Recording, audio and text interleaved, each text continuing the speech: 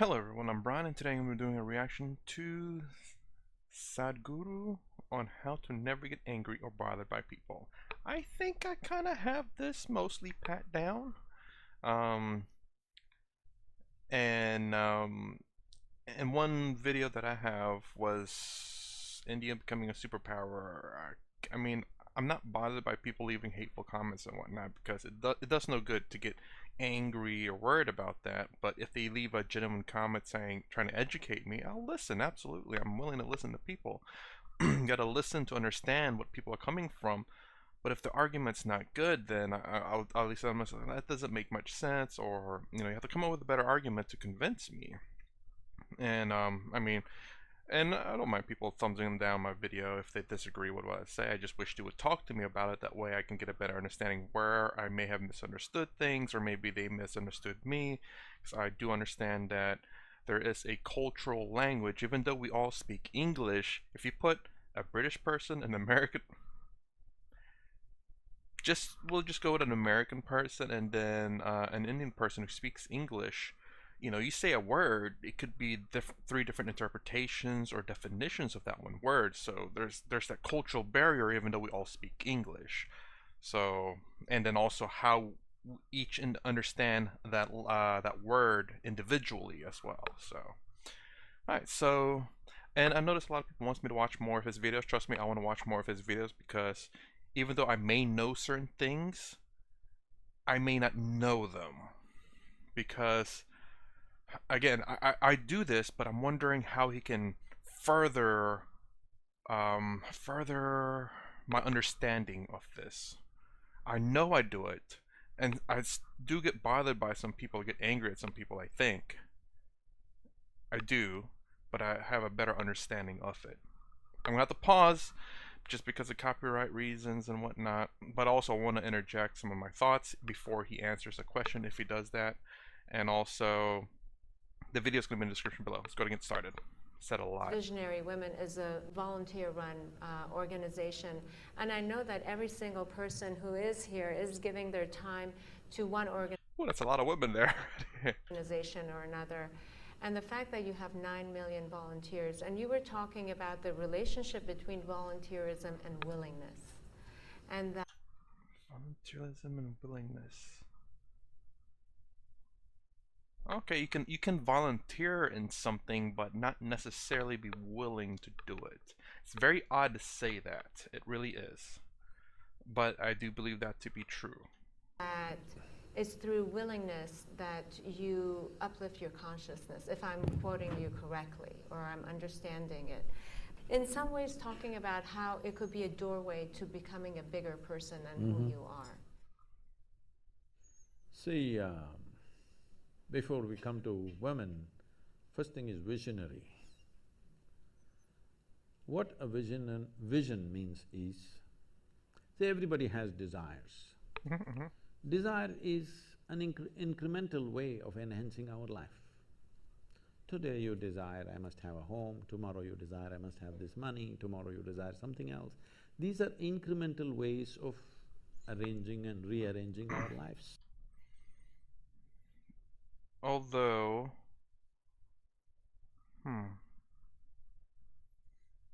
Desires, needs, and wants. Wants and desires are roughly the same. Needs are a little bit of a different story. You need food, but you don't need McDonald's food. Kind of like that. Which are needed to do a few things. When you say I'm a visionary, what you're saying is, I have a larger desire. You're a visionary. Okay, yeah. Which is not about just incremental improvement of my life. Desire is about me always.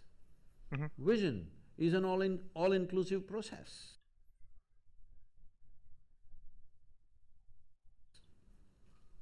So, this itself is a phenomenal thing. If people, instead of having desires, if they have a vision… All-inclusive… I took that as in it includes more than just you. but what I thought would be a better way to say it, which I think he's saying, it just I have not heard. I guess I've not heard enough. It's the fact that it's not just needing a house. It's not just needing a car. It's not just needing a job. It's not just needing money. A vision is to say, this is where I want to be in 30 years. I want to have a house, car, job, money, family, kids, back porch. All those are single solitary desires, but the overall aspect of it is the vision. Vision is always all-inclusive. Desire is personal. Okay, that's okay. That's a bit different. Saying visionary is not personal; it's all inclusive, as in including other people. I guess family is that. Desire leads to incremental changes and improvements. Vision can transform the whole situation.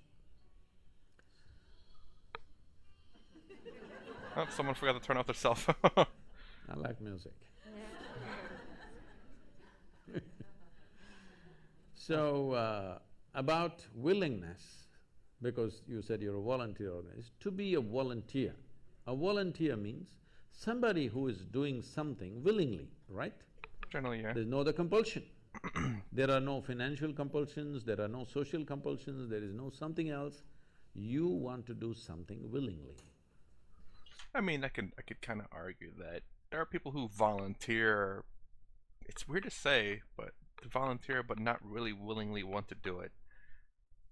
So when you're a willing participant, right now, you're a volunteer. I'm asking all of you, right now, are you compelled to be here or are you here voluntarily? Oh, thank you.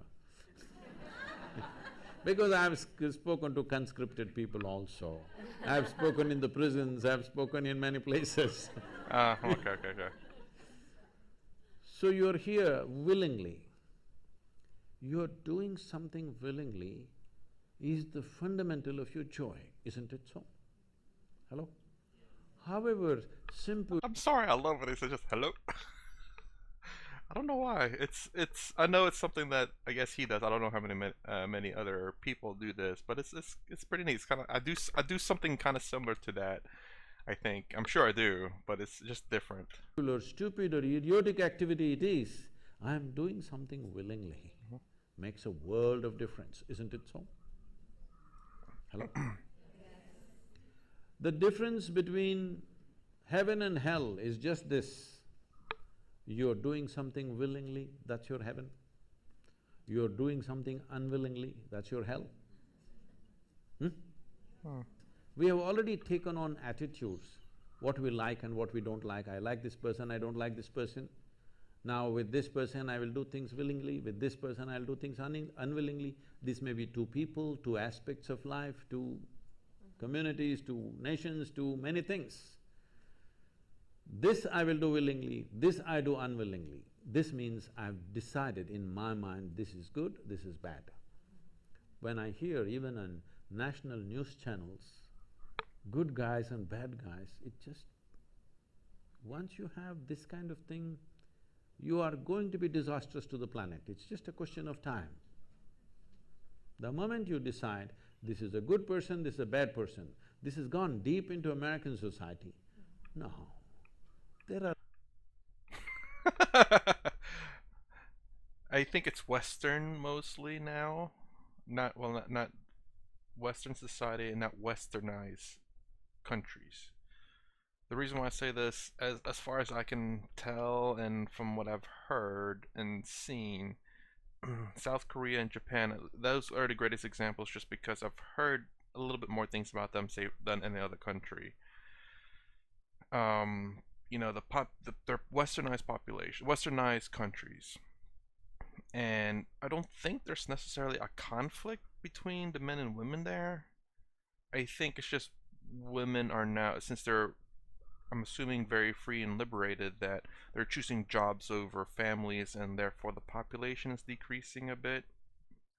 Whereas in Europe and US, there's this, I don't know what they call it, third wave feminism or something, that is really pushing really hard to give benefits to females and strip away males' rights.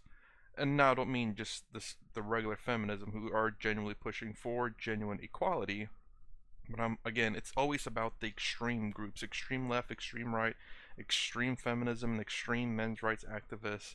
It's just the extremes are ruining a perfect balance, I guess. And the idea of that this is a good person, this is a bad person, it's happening in American society is very much true. Um, but yeah.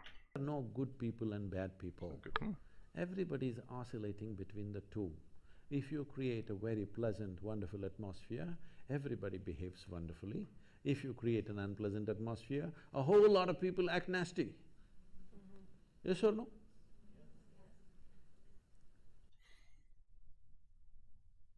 Mm, generally, yes. But there are just terrible people out there that no matter the kind of atmosphere you make, unless you bend your will or your ideas to their ideas, they will not be happy. And even then, sometimes they're not happy. Again, it is the extremists. So, generally speaking, yes. If you make a very welcoming atmosphere, you're very friendly, you're not combative, yeah, most people will be nice. And that's what I believe about the world in general, is that majority of people are in fact good. There are joyful people and miserable people, but there are no good people and bad people. That's still very interesting. I mean, I can think of one German person who's a bad person. I mean, it is kind of the fault of the West, though, because of him. That's big.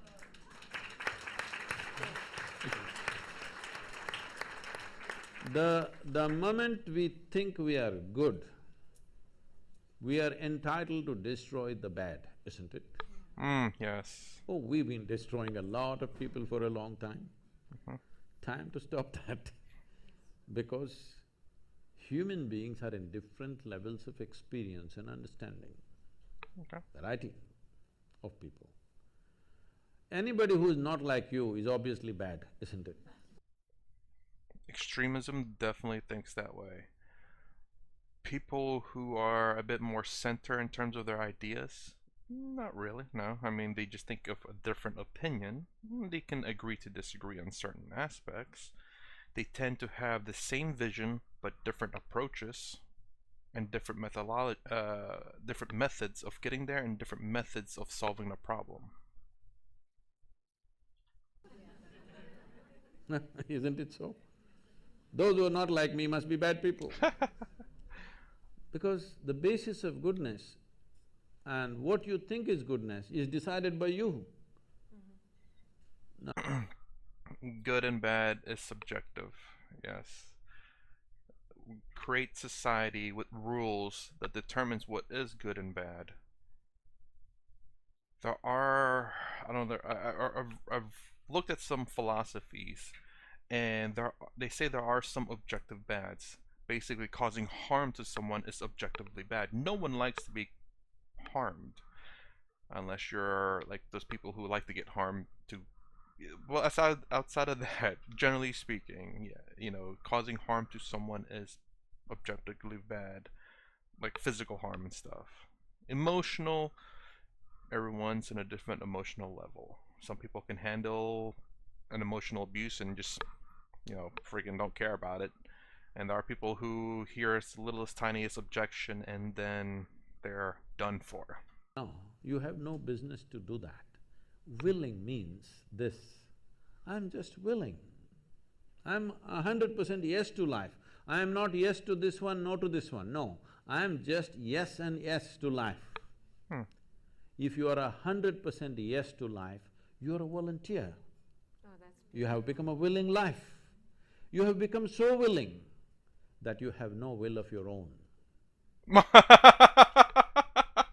Oh my god. That is true though. That is true. Again, this is the kind of thing that I barely knew about, but he makes it just so obvious. It's like something that I think most people know, but they just don't know. And I think this is something that we should, or at least I believe that you should go in, like, there should gotta be like a set videos or rules that you read every however often you need to remind yourself about these things. That is crazy. That is, yes, you're so willing that you have no will, which is absolutely true because you become a follower. If you just say yes, yes, yes, just become a follower, right?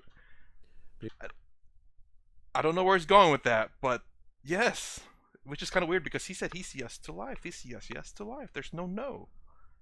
That's kind of weird because it seems like to me he contradicted himself there. Not contradicted himself, but he kind of said that you should be volunteering, you should be saying yes to life. I'm yes to life.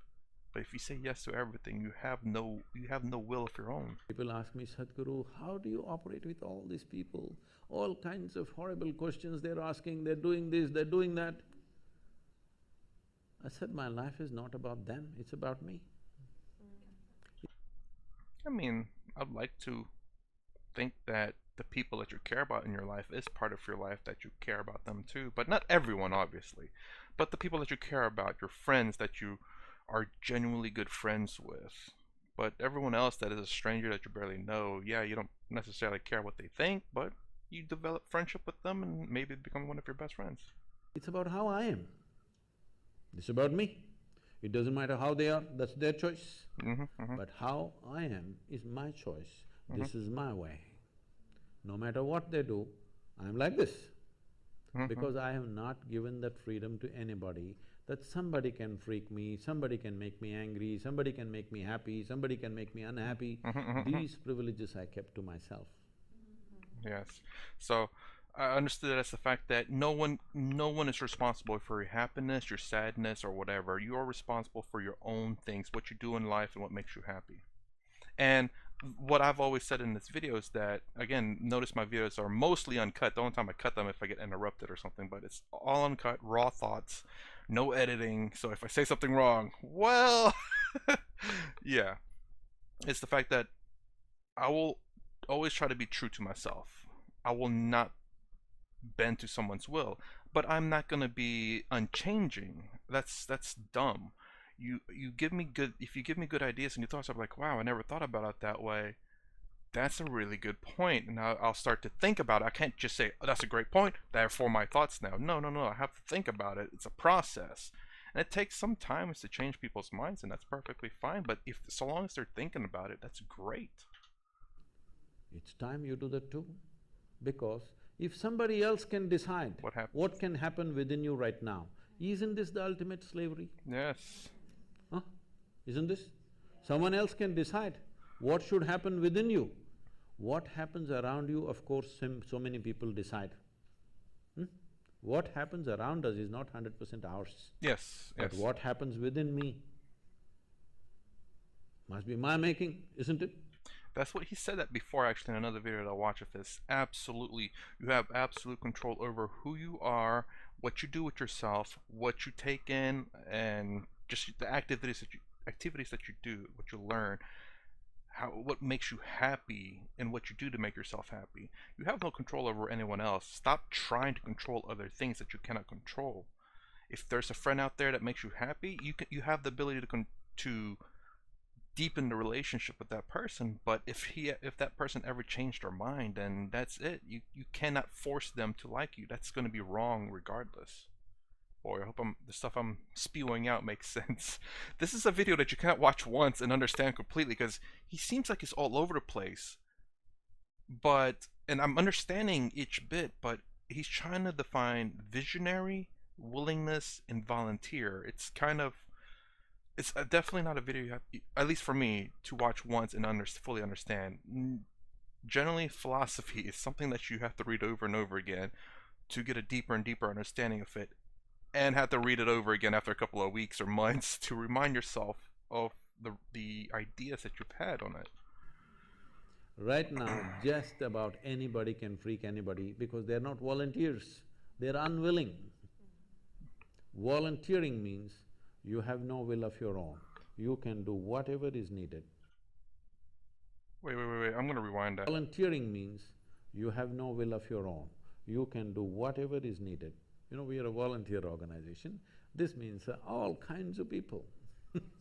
Most of them are not qualified for the jobs that they're doing. Dang. I mean, yeah, that's true because, you know, I mean, when you have a job that you ask for volunteers, you can't exactly, I mean, you can pick and choose, but you're going to be limiting your availability of people is very limited to people who volunteer. Most people want to get paid for their work, generally speaking, unless money's not an issue for them, which at that case they can volunteer. But people who don't make enough money for living, their time is precious because they have to work and then they have other things they have to do to make their life better. And I cannot fire them because they're volunteers. Yeah. Yeah. Yeah.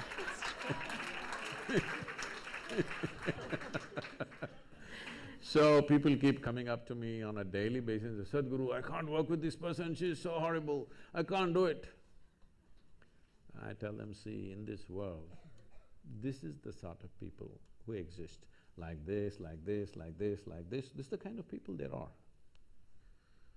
But if you want to work with ideal people, you must go to heaven. And today. Today. But if you think what you're doing is very significant, you must learn to work with all these horrible people. This is how the world is. If you think what you're doing is very significant, you learn to work with all kinds of people. You will see horrible people will do wonderful things. Well, that's a weird thing to say, isn't it? Horrible people doing wonderful things. Yes? You'll see horrible people doing wonderful things. Okay, so the way I understood that is basically you may not like that person, you may have a disagreement with that person, but I guess to put it in plain words, I guess, is that you can see someone you work with that you don't like their political views, you don't like their views on a certain subject, but when they go in their own time, you can literally see them helping out homeless people, feeding the homeless, sheltering the homeless, or taking in puppies from rescue pounds or something like that. He's like, wow, I hate this person, but you cannot deny the fact that the person does good in the world. I'm assuming that's what he's saying. But if you want to work with ideal people, Won't find any. you won't find any. I haven't found one yet. Sorry I'm pausing so much, but I mean, come on, this kind of philosophy questions and thoughts are just something you have to think about. An ideal person. There is an ideal person, but that person is not good. And what I mean by that is that there are extremist groups who have extremist ideas, and they see themselves as ideal to each other because their ideals are so much alike and so hateful. I think. I'm just thinking this through, trying to think it out.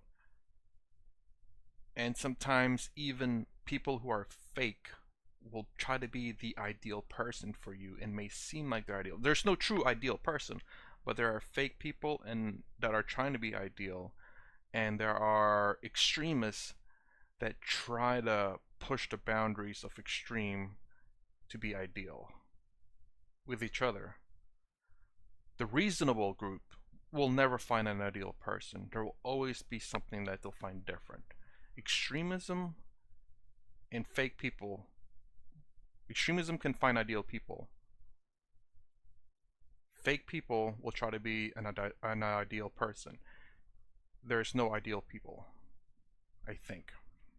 That's just like a 5-second thought there. I don't know. Let me know if you agree or disagree with that one.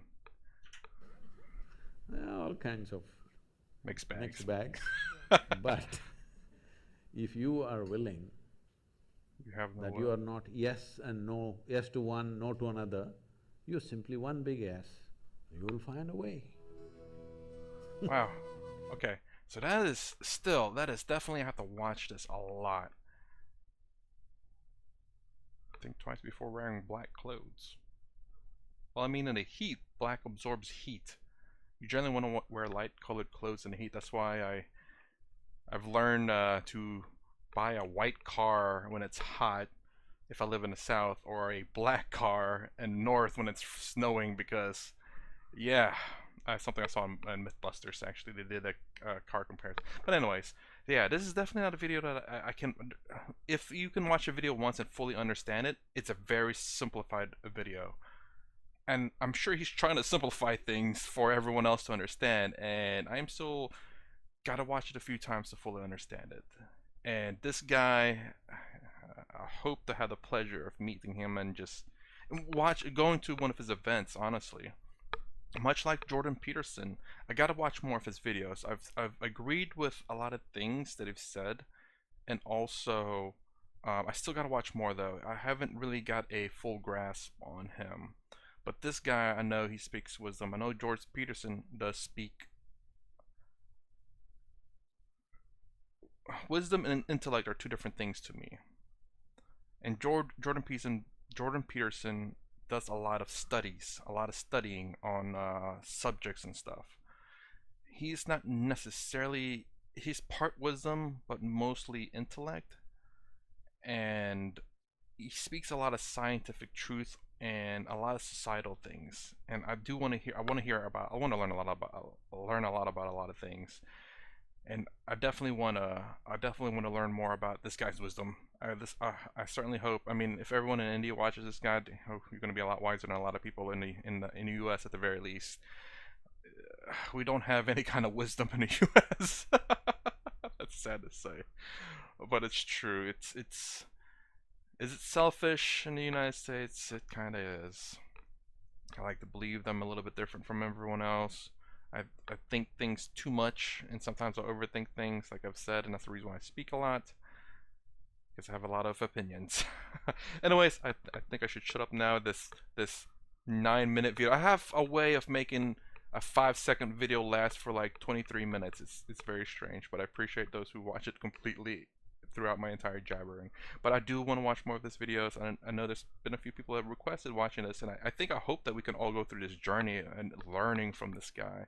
If you ever have you ever met him in person, or at least went to one of his events? Let me know.